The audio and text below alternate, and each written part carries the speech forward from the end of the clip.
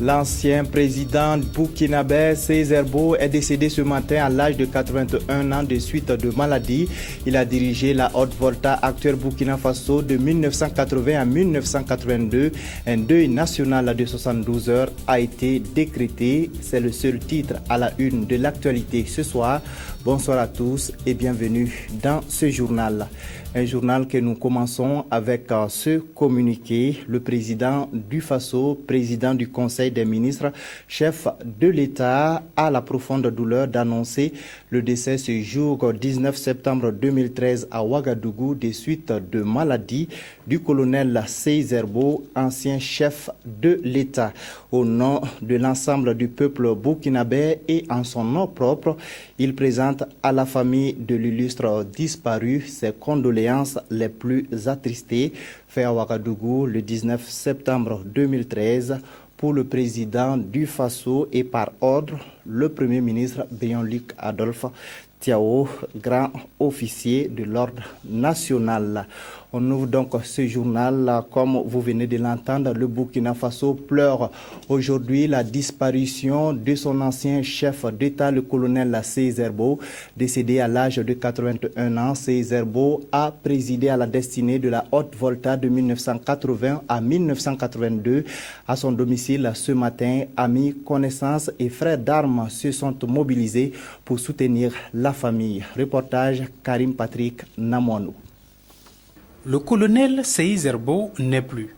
Ancien président de l'ex-république de Haute-Volta, il a tiré sa révérence très tôt ce matin à la polyclinique du cœur des suites de maladie. Né le 27 août 1932 à Tougan, il quitte ce monde à l'âge de 81 ans, laissant derrière lui une épouse, 8 enfants, une vingtaine de petits-enfants et 5 arrière-petits-enfants dans la douleur. C'est lui qui a tout fait pour nous, les petits frères, les petites sœurs, l'école. Vraiment, c'est lui qui a aidé tout le monde à aller de l'avant. C'est notre couverture, vraiment. Il est parti, c'est la douleur qui nous étreint seulement. J'aurais aimé que nos enfants profitent plus de lui, mais comme c'est un homme de Dieu, et je sais qu'aujourd'hui, il est avec le Seigneur, il est auprès du Seigneur, et il n'a pas souffert. Et hier encore, il plaisantait sur son lit d'hôpital. Il a toujours montré la force, la vie. Et ce qu'on peut retenir, ce qu'on doit retenir, c'est vraiment sa foi en Dieu et puis son honnêteté. C'est ça. Dès l'annonce de la triste nouvelle, parents, amis et frères d'armes se sont rendus au domicile du défunt au quartier Ouidi de Ouagadougou. C'est un grand modèle pour nous. Il a été un grand chef pour les forces armées de façon générale et en tout cas parmi nos anciens, c'est une référence. Pour l'heure, le programme des obsèques n'est pas encore défini. Ce que l'on peut affirmer, c'est que le colonel Seyss Herbo aura droit à des honneurs militaires suivis de l'enterrement sur les terres qui l'ont vu naître en 1932, Tougan. Le colonel Seyss Herbo était diplômé de l'École supérieure de guerre de Paris. En 1974, il devient ministre des Affaires étrangères, poste qu'il occupe jusqu'en 1976 avant d'accéder à la magistrature suprême en 1981. De suite d'un coup d'État. Le portrait du militaire et homme politique avec Évariste Kombari. La nouvelle est tombée ce matin.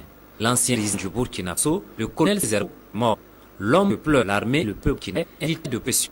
Ancien enfant de troupe Saint-Louis au Sénégal, de 1948 à 1950, le jeune Prytanne est engagé dans l'armée coloniale française en 1950.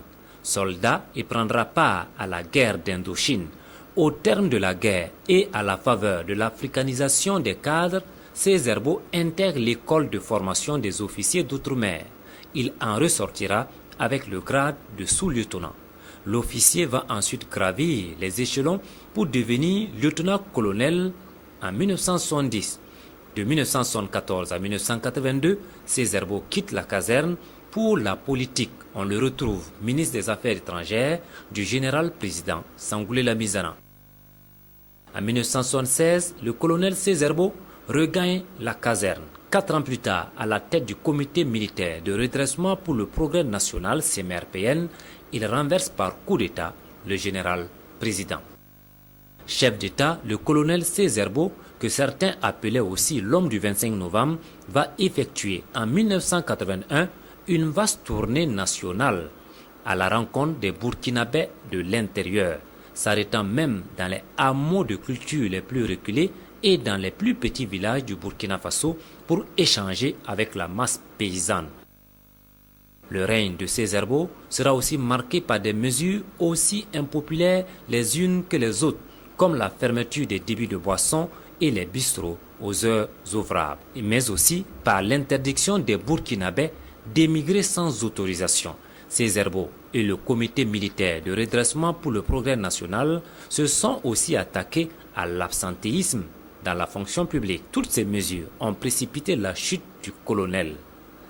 Renversé le 7 novembre 1982 par un coup d'État perpétré par le Conseil du salut du peuple du commandant Jean-Baptiste Ouédraogo.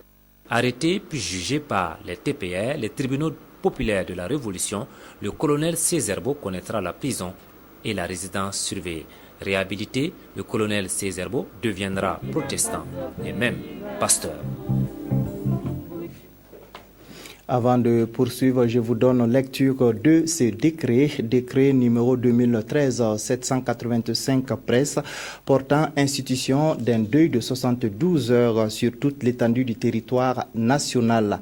Article 1er, suite au décès du colonel Cézerbo, ancien chef de l'État, il est institué un deuil de 72 heures allant du vendredi 20 septembre 2013 à 0 heure au dimanche 22 septembre 2013 à 24 heures sur toute l'étendue du territoire national.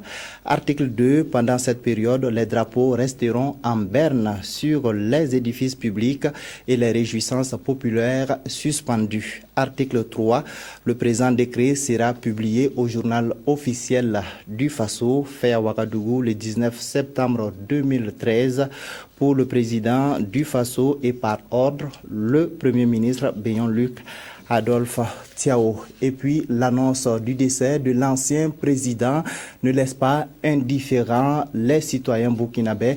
Nous avons tendu notre micro à quelques habitants de la capitale. Ils livrent leurs sentiments au micro de Seydou-Zon. C'est un chef militaire, je le connais en militaire. Voilà, après ça, c'est un ancien président. J'ai appris que celui qui a augmenté 50% de salaire militaire. Voilà, avant que moi je ne sois militaire.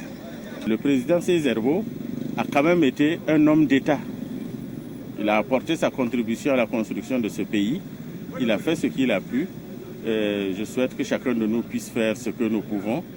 Et aujourd'hui, moi je perds en lui un chef d'État, un homme d'État. Je perds en lui un oncle. Et je perds en lui quelqu'un qui a contribué à apporter de l'amélioration dans ce que nous sommes, dans ce que nous faisons. Nous retenons de lui le CMRPN, une volonté de redresser les choses. Et quand on dit comité militaire de redressement, c'est justement dans le souci de redresser certaines choses, de quand même faire porter l'économie de son pays, de faire traiter des sentiers battus. C'est un grand homme, vu le contexte d'alors, de l'époque.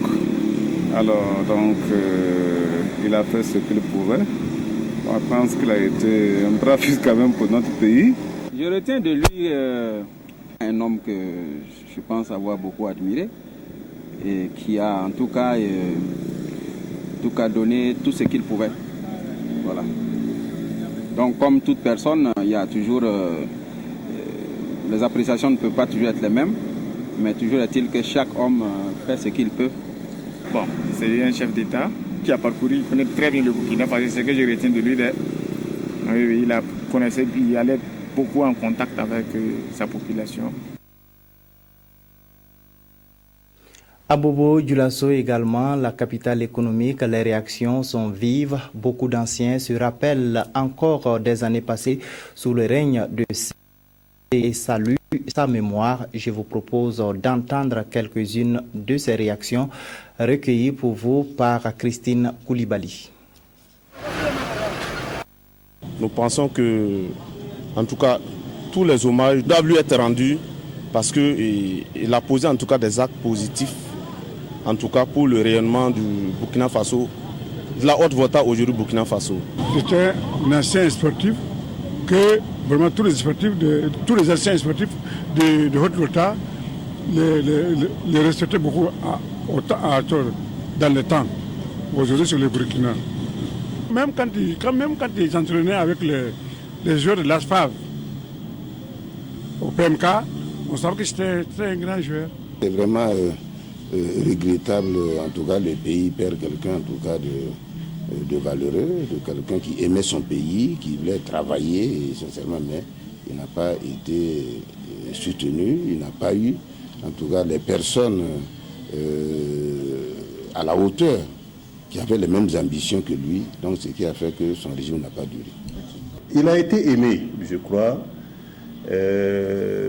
D'ailleurs, quand vous allez dans certaines rues à Bobo, dans certains quartiers, je vois Gilasoba, mon village, mais il y a des arbres qu'on appelle encore arbres Seizerbo.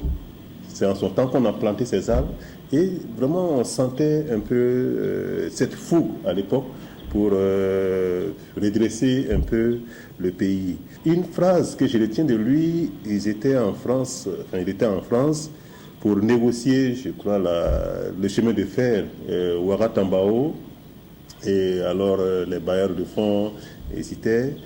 Et il a dit, ça m'a marqué, avec vous ou sans vous, nous allons construire notre chemin de fer. C'est un homme qui a connu, j'allais dire, toutes les gloires du monde. Il a connu la gloire. Mais malgré tout cela, quand il a rencontré Jésus, son humilité était vraiment fascinante. C'était un homme humble. Et il vivait sa foi dans la réalité. Et l'autre aspect, c'est que il était un homme de grand cœur. C'est quelqu'un qui savait venir en secours aux déshérités. Et nous le pleurons tous aujourd'hui. Cet autre communiqué avant de poursuivre, la direction générale du protocole d'État a l'honneur de porter à la connaissance des corps constitués de l'État ci-après que suite à la brusque disparition de son Excellence le colonel Seizerbo, ancien chef d'État du Burkina Faso, le jeudi 19 septembre 2013, une veillée funèbre aura lieu le vendredi 20 septembre 2013 à partir de 20h à la Maison du Peuple de Ouagadougou selon le programme suivant.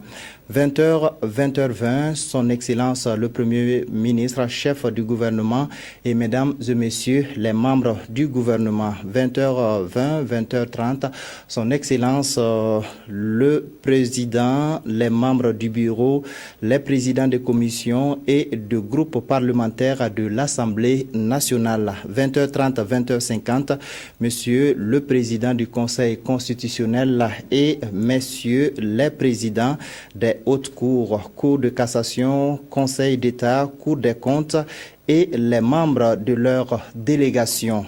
20h50, 21h10, Madame le médiateur et les membres de la délégation du médiateur du Faso. 21h10 à 21h30, Monsieur le Président et les membres de la délégation du Conseil économique et social. 21h30 à 21h50, Monsieur le Grand Chancelier et les membres de la délégation de la Grande Chancellerie des ordres burkinabés. 21h50 à 22h10, Madame la Présidente et la délégation du Conseil supérieur de la communication. 22h10 à 22h30, Monsieur le Président et les membres du bureau de la Commission électorale nationale indépendante. 22h30 à 22h50, Monsieur le chef de file de l'opposition politique et les membres de sa délégation. 22h50, 23h10, Mesdames et Messieurs les chefs de mission diplomatique et consulaire. 23h10, 23h30, Mesdames et Messieurs les représentants des organisations internationale et interafricaine. 23h30, 23h50, Monsieur le chef d'état-major général des armées et les membres de sa délégation. 23h50, 0h10, Monsieur le directeur général de la police nationale et les membres de sa délégation. 0h10, 0h30, Monsieur le directeur général des douanes et les membres de sa délégation. 0h30, 0h50, Monsieur le directeur général, ça c'est déjà dit, donc 0h30, 0h50, Monsieur le directeur général des eaux et forêts et les membres de sa délégation. 0h50, 1h10, Monsieur le directeur général de la police municipale et les membres de sa délégation. 1h10, 1h30, Monsieur le directeur général de la garde de sécurité pénitentiaire et les membres de sa délégation. 1h30, 1h50, messieurs les représentants des autorités coutumières. 1h50, 2h10, messieurs les représentants des autorités religieuses. 2h10, 2h30, mesdames et messieurs les membres de la délégation de la Chambre de commerce et les représentants des opérateurs économiques du Burkina. 0h30, 2h30 plutôt, 2h50, mesdames et messieurs les secrétaires généraux et directeurs de cabinet des institutions et départements ministériels. 2h50, 3h10, monsieur le gouverneur de la région du centre et les membres de sa délégation. 3h10, 3h30, monsieur le président et les membres de la délégation du conseil régional du centre. 3h30, 3h50, monsieur le maire de la commune de Ouagadougou et les membres de sa délégation. 3h50, 4h10, mesdames et messieurs les membres des partis politiques légalement reconnus. 4h10, 4h30, mesdames et messieurs les représentants des associations et organisations de la société civile légalement reconnues. À partir de 4h30, les parents, amis et connaissances. Notez bien, samedi 21 septembre 2013, cérémonie militaire à 9h à la place de la Nation à Ouagadougou, suivie du transfert de la dépouille mortelle à Tougan, province du Sourou, où l'absoute et l'inhumation se dérouleront le dimanche 22 septembre 2013 à partir de 9h. C'est signé donc le directeur général du protocole d'État, ambassadeur Léon Yougbari, commandeur de l'ordre national.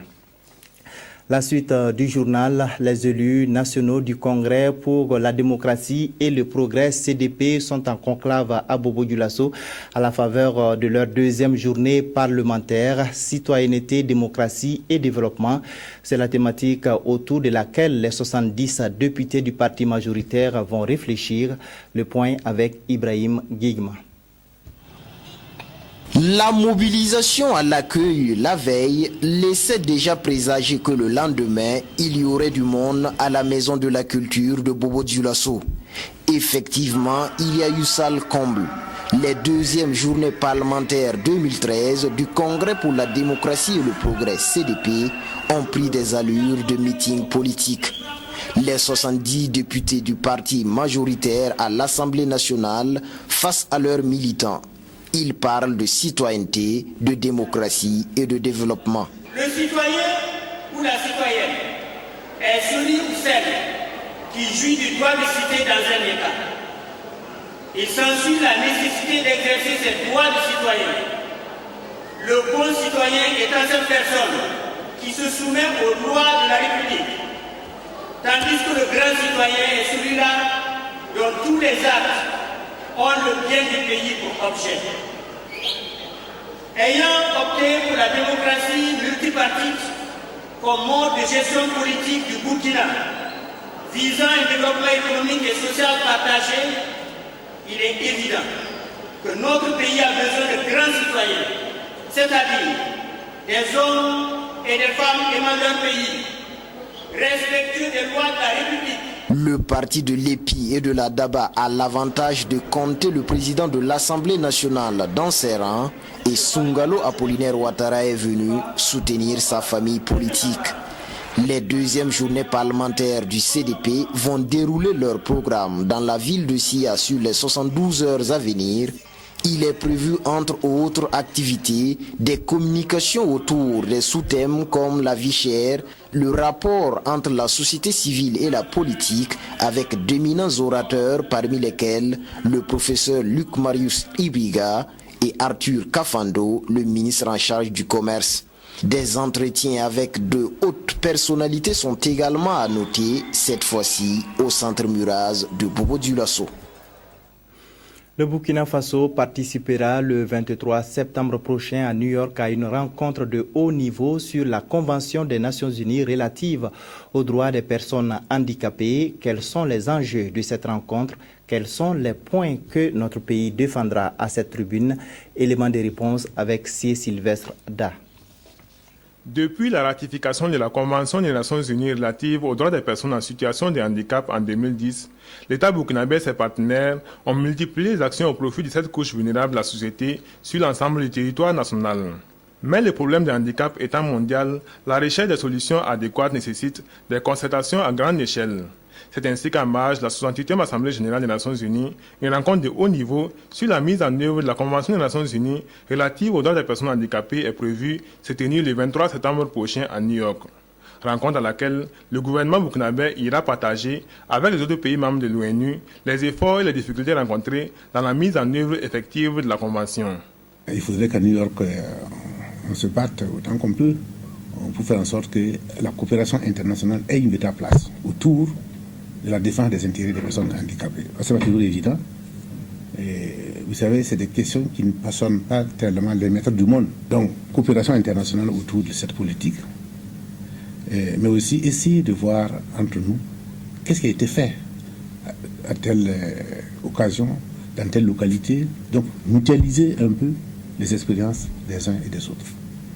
Mais nous savons aussi qu'il y a un certain nombre d'obstacles qui gênent le développement des différentes politiques en faveur des personnes handicapées. Il faut donc créer les conditions, chercher les voies et les moyens pour surmonter ces obstacles afin d'aller de l'avant. Au-delà du partage d'expériences entre pays, il s'agira aussi et surtout pour le Burkina de défendre un certain nombre de principes. Le premier principe que nous allons défendre, c'est indiquer que la personne handicapée peut contribuer au développement de son pays. Et c'est pour ça que nous défendons le principe du développement inclusif. Nous pensons aussi qu'il est utile que l'on réaffirme à la face du monde ce que nous allons faire. Pour construire un monde de paix, il faut aussi avoir un œil bienfaisant sur cette catégorie de personnes qui existent, qui se bat, qui construit son avenir et qui fait partie des différents peuples. Le Burkina mettra avant tout ce que nous considérons comme étant la dignité humaine de l'homme, donc de l'handicapé, au centre du débat. Le combat est certes noble, l'engagement et les ambitions grands, tout comme les difficultés. Au Burkina Faso, ces difficultés qui entravent la mise en œuvre efficace et efficiente de la Convention des Nations Unies relative aux droits des personnes handicapées seraient liées à quelques faiblesses de la politique nationale de protection sociale. Aux insuffisances institutionnelles s'ajoute celle de l'encadrement juridique en la matière. Par-dessus tout, l'État est conscient du rôle qu'il a à jouer dans l'épanouissement des personnes en situation de handicap, un combat dans lequel il appelle à l'implication de tous les peuples burkinabés. Les maires du Burkina sont à l'école des grandes lignes du programme 83 720 emplois lancé par le gouvernement le 11 septembre dernier.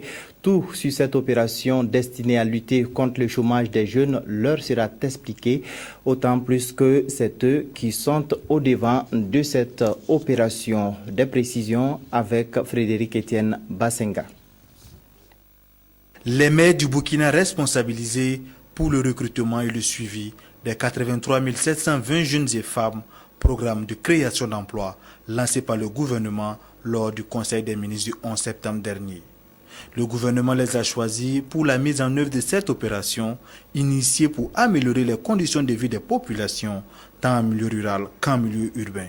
C'est une idée qui est bienvenue parce qu'actuellement dans le centre-nord et particulièrement dans toutes les communes, nous comptons beaucoup encore de jeunes au chômage, sans emploi. Avec beaucoup de joie que nous avons cette information.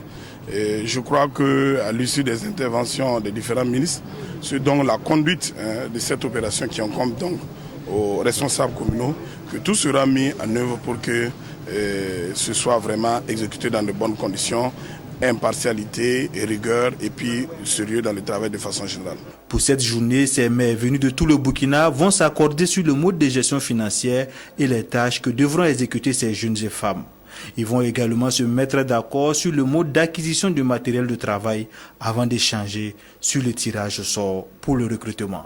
Il s'agira pour nous de rappeler un peu aux maires le contexte global de l'opération et ensuite de leur expliquer comment est-ce que le processus va se dérouler. C'est véritablement apporter un éclairage à l'ensemble des maires ici présents, faire en sorte que au lancement de l'opération qui est prévu pour le 1er octobre, tout le monde aille de la même manière, dans les mêmes procédures, afin que nous évitions des dérapages et des dérives comme on a constaté à certains moments dans certaines opérations.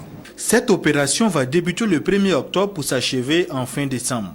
Les 83 720 jeunes et femmes seront repartis comme suit.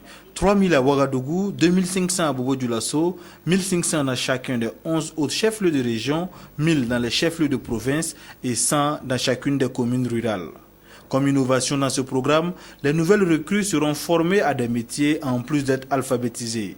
L'objectif est de leur permettre, une fois le programme terminé, de pouvoir s'intégrer dans la vie active. Le projet Bagré-Pôle va bientôt procéder à l'allocation des terres aménagées, mais avant cette phase tant attendue, les responsables du projet ont convié ce matin les investisseurs candidats à une rencontre d'information. Le processus de sélection des dossiers était le point d'orgue des échanges. Maxime Zongo. En février 2013, la Société de développement intégré du pôle de croissance de Bagré lançait un avis à manifestation d'intérêt pour l'allocation des terres sur le site aménagé. Suite à cet appel d'offres, plus de 700 investisseurs se sont manifestés. La présente rencontre pour mieux informer les candidats sur le processus de sélection des dossiers. Nous avons pensé que cette phase était extrêmement importante pour non seulement permettre aux investisseurs nationaux comme étrangers intéressés d'avoir des réponses à toutes les questions qui se posent, de pouvoir apaiser les inquiétudes et lever les incompréhensions éventuelles qu'ils ressentent à leur niveau. Les mesures incitatives prises par le gouvernement, le mécanisme de préqualification, la présentation du site web de Bagré et bien d'autres aspects feront l'objet d'échanges interactifs entre les investisseurs et l'équipe de gestion du projet. Nous avons plus de 700 dossiers qui totalisent au moins 98 000 hectares, alors que nous n'avons au maximum 18 000 hectares à fournir d'ici 2017. Donc nous sommes à cette phase où nous voulons mieux informer ces candidats, qu'ils présentent les meilleurs dossiers, de sorte à s'entourer des chances d'être retenus in fine. Cette rencontre constitue également une opportunité pour les responsables du projet de donner de plus amples informations sur les contours et les enjeux de Bagré-Pôle. À l'issue de cette étape, une commission pluridisciplinaire se chargera de l'examen des dossiers. C'est tout pour cette édition.